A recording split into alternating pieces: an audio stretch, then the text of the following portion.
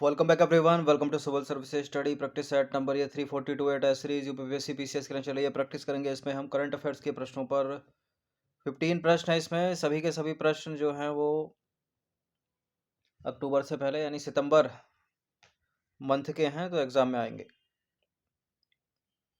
22 दिसंबर को एग्जाम है यूपीपीसीएस का और बीपीएससी का 13 दिसंबर को।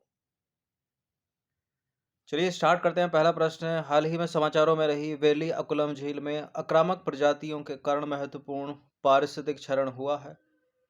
आपको बताना है कि यह झील निम्नलिखित में से किस राज्य में स्थित है? मेघालय, सिक्किम, अरुणाचल प्रदेश, केरल।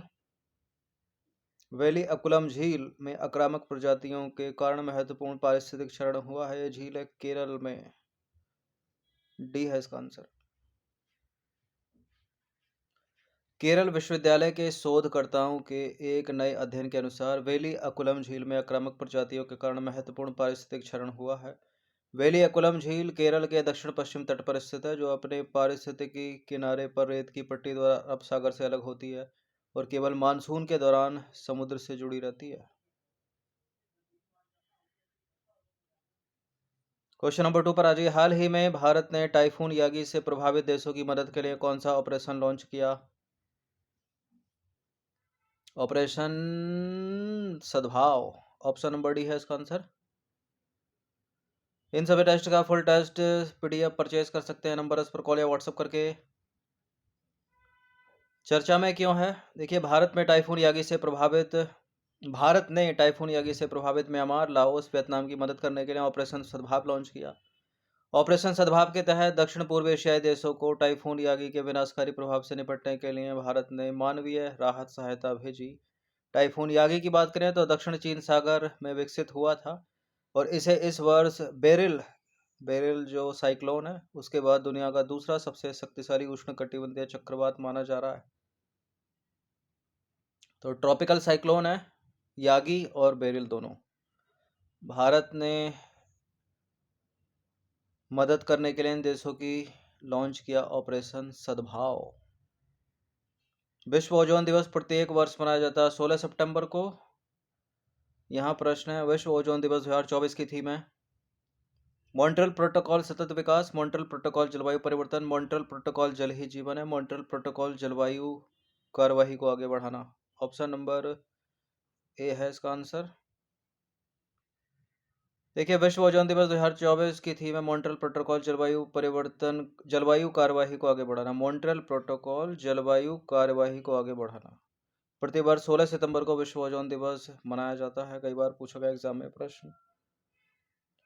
इसका उद्देश्य है लोगों में ओजोन परत के क्षरण के बारे में जागरूकता फैलाना। यह दिन मॉन्ट्रियल प्रोटोकॉल की याद में मनाया जाता है। 16 सितंबर 1987 को मॉन्ट्रियल प्रोटोकॉल पर हस्ताक्षर हुए थे। क्वेश्चन नंबर 4 है, हाल ही में किस विभाग ने राजभाषा कीर्ति पुरस्कार प्रदान किया?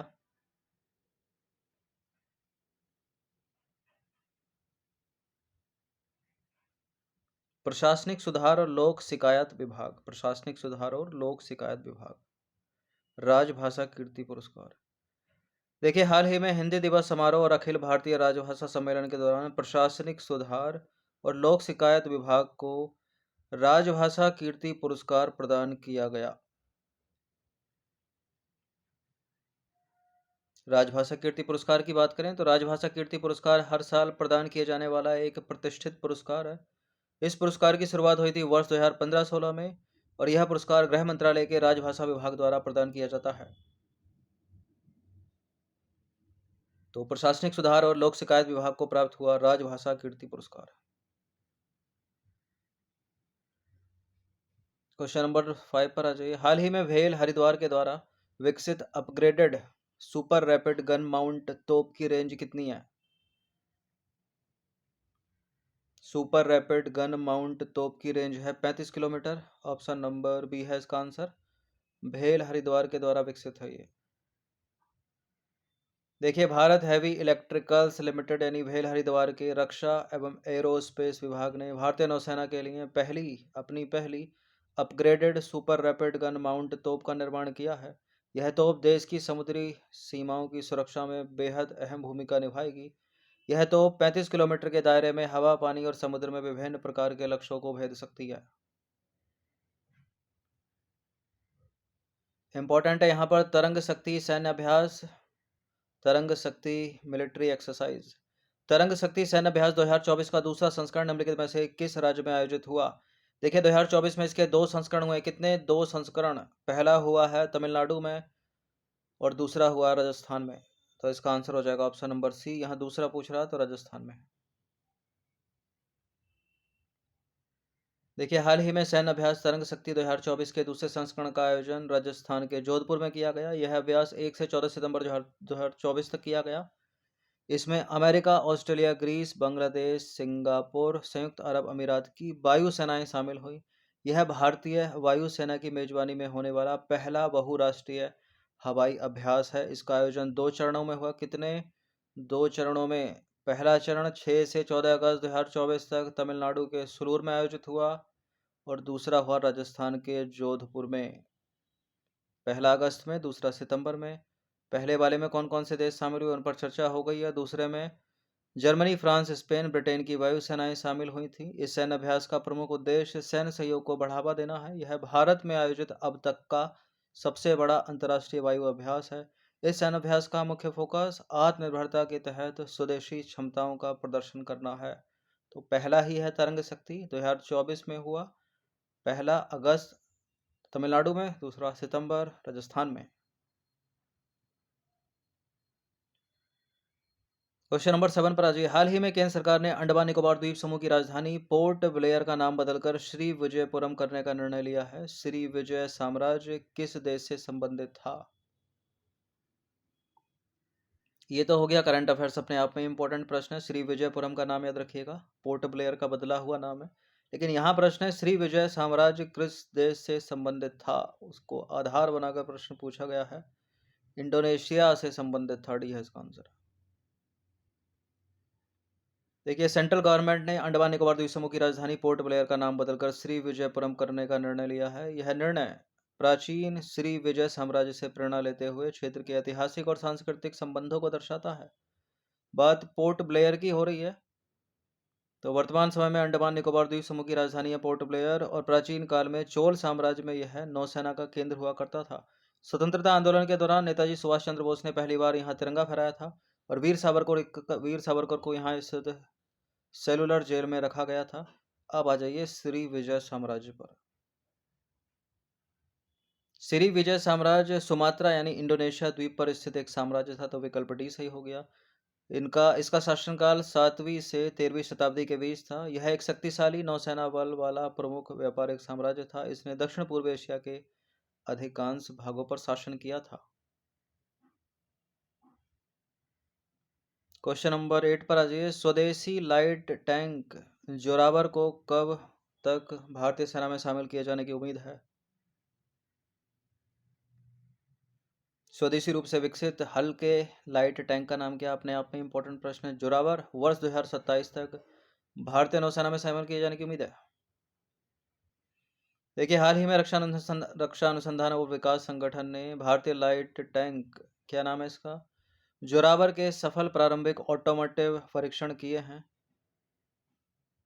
जोरावर लाइट टैंक के बारे में जाने तो यह स्वदेशी रूप से डिजाइन और विकसित हल्का टैंक है। इसे लड़ाकू वाहन अंतरिक्ष अनुसंधान एवं विकास प्रतिष्ठान द्वारा लार्सन एंड टुब्रो लिमिटेड के संयोग से विकसित किया गया है और इसका नाम एक सैन्य जनरल जोरावर सिंह कहलूरिया के नाम पर रखा गया है।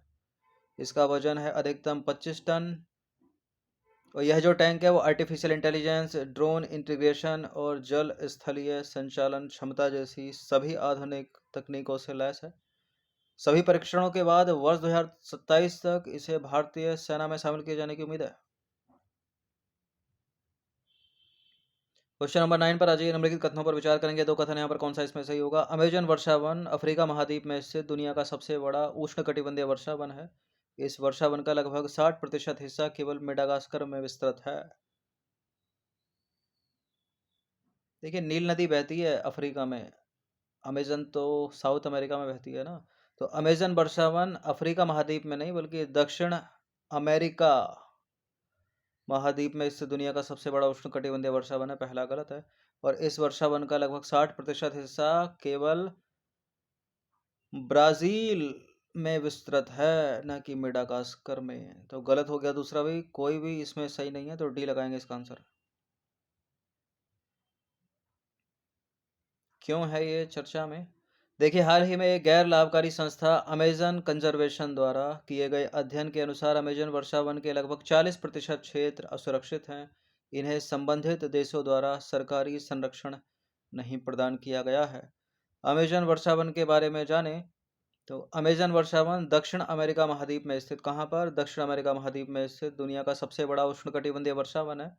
जो इस महाद्वीप के 9 देश हैं वो हैं Brazil, Bolivia, Peru, Ecuador, Colombia, Venezuela, Guyana, Suriname और फ्रेंच गुयाना। इस वर्षावन का लगभग 60% हिस्सा केवल ब्राज़ील में विस्तृत है।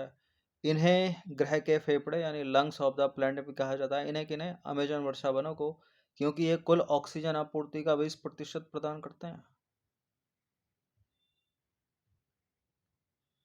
क्वेश्चन नंबर 10 पर आ जाइए। प्रधानमंत्री नरेंद्र मोदी की अध्यक्षता में केंद्रीय मंत्रिमंडल ने मिशन मौसम को मंजूरी प्रदान की है।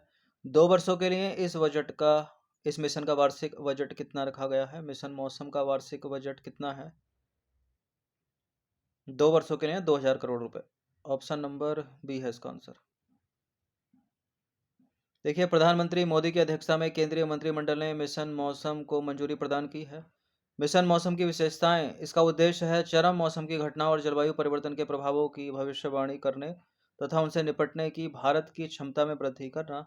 और बजट है 2 वर्षों के लिए 2000 करोड़ रुपए। क्वेश्चन नंबर 11 है, रंगीन मछली मोबाइल एप्लीकेशन को किसके द्वारा विकसित किया गया है? केंद्रीय मत्स्य प्रौद्योगिकी संस्थान, केंद्रीय खारा जल जीव पालक पालन संस्थान, केंद्रीय अंतरस्थलीय मत्स्यिकी अनुसंधान संस्थान या केंद्रीय मीठा जल जीव पालन संस्थान। रंगीन मछली मोबाइल एप्लीकेशन को विकसित किया गया है केंद्रीय मीठा जल जीव पालन संस्थान के द्वारा। तो करेक्ट करेंगे इसको, डी है इसका आंसर। देखिए, हाल ही में केंद्रीय मत्स्य पालन, पशुपालन और डेयरी मंत्री ने रंगीन मछली मोबाइल ऐप लॉन्च किया। इसे प्रधानमंत्री मत्स्य संपदा योजना के सहयोग से केंद्रीय मीठा जल जीव पालन संस्थान द्वारा विकसित किया गया है। और यह ऐप सजावटी मत्स्य पालन क्षेत्र की बढ़ती जरूरतों को पूरा करने के लिए बनाया गया है। क्वेश्चन नंबर 12 पर आ जाइए। टाइफून यागी किस महासागर से संबंधित है? टाइफून यागी का संबंध है दक्षिण चीन सागर से। ऑप्शन नंबर डी है इसका आंसर। देखिए, हाल ही में टाइफून यागी दक्षिण चीन सागर में विकसित हुआ और इस वर्ष बेरिल के बाद दुनिया का दूसरा सबसे शक्तिशाली उष्णकटिबंधीय चक्रवात माना गया इसको। ठीक है, इसे किसे? टाइफून यागी को बेरिल के बाद। दोनों के दोनों ट्रॉपिकल साइक्लोन है। यागी की उत्पत्ति पलाऊ से एक निम्न दबाव वाले क्षेत्र में हुई थी और इसे जापान मौसम विज्ञान एजेंसी द्वारा यागी नाम दिया गया। भारत ने अभियान चलाया ऑपरेशन सद्भावना। क्वेश्चन नंबर 13 पर आ जाइए। सैन्य अभ्यास अल नजह का आयोजन किन देशों के बीच किया जाता है? अल नजह भारत और ओमान के बीच में। ऑप्शन नंबर डी है इसका आंसर। देखिए, भारत ओमान संयुक्त सैन्य अभ्यास अल नजा 13 से 26 सितंबर 2024 तक ओमान के सालाह में रबकूट प्रशिक्षण केंद्र में आयोजित किया गया। सैन्य अभ्यास अल नजा के बारे में जाने तो इसकी शुरुआत हुई थी 2015 में और भारत और ओमान के बीच बारी बारी से द्विवार्षिक आधार पर आयोजित किया जाता है अल नजा। तो इसका जो पिछला संस्करण हुआ था वो भारत में हुआ था, राजस्थान के महाजन में आयोजित किया गया था। और इस बार वाला जो हुआ 24 वाला वो हुआ है ओमान में, ओमान के सालाह में। इम्पोर्टेंट है यूरोपा क्लिपर मिशन, हाल ही में समाचारों में रहा यूरोपा क्लिपर मिशन। 14 अक्टूबर को लॉन्च किया गया इसको। किसका मिशन है ये? चीन का, जापान का, नासा का, इसरो का यानी भारत का? Japan aerospace exploration agency JAXA का नहीं है ये, चाइना का नहीं है, ये है नासा का। ऑप्शन नंबर सी है इसका आंसर। यूरोपा है बृहस्पति का उपग्रह। देखिए, नासा ने बृहस्पति के चंद्रमा यानी उपग्रह यूरोपा में अन्वेषण के लिए यूरोपा क्लिपर मिशन को 14 अक्टूबर 2024 को प्रक्षेपित किया। यूरोपा क्लिपर मिशन के बारे में जाने तो इस मिशन का मुख्य उद्देश्य है यूरोपा की बर्फीली सतह के नीचे जीवन की संभावनाओं का पता लगाना, साथ ही बर्फ की साथ ही यह बर्फ की परत और उसके नीचे के समुद्र की गहराई से अध्ययन करने की कोशिश करेगा। इसका दूसरा उद्देश्य है इस बर्फीले उपग्रह के भूविज्ञान एवं उसकी संरचना का अध्ययन भी करना। किसका है बर्फीला उपग्रह? यह है बृहस्पति ग्रह का। प्रक्षेपण यान का नाम है space x falcon heavy rocket. लागत है इसकी $5 बिलियन।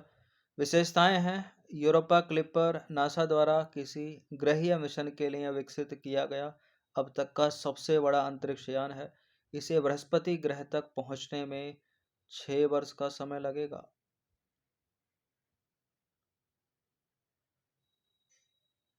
क्वेश्चन नंबर 15 पर आज ये अंतिम प्रश्न है। सितंबर 2024 में समाचारों में रही प्रधानमंत्री किसान मानधन योजना की शुरुआत कब हुई थी?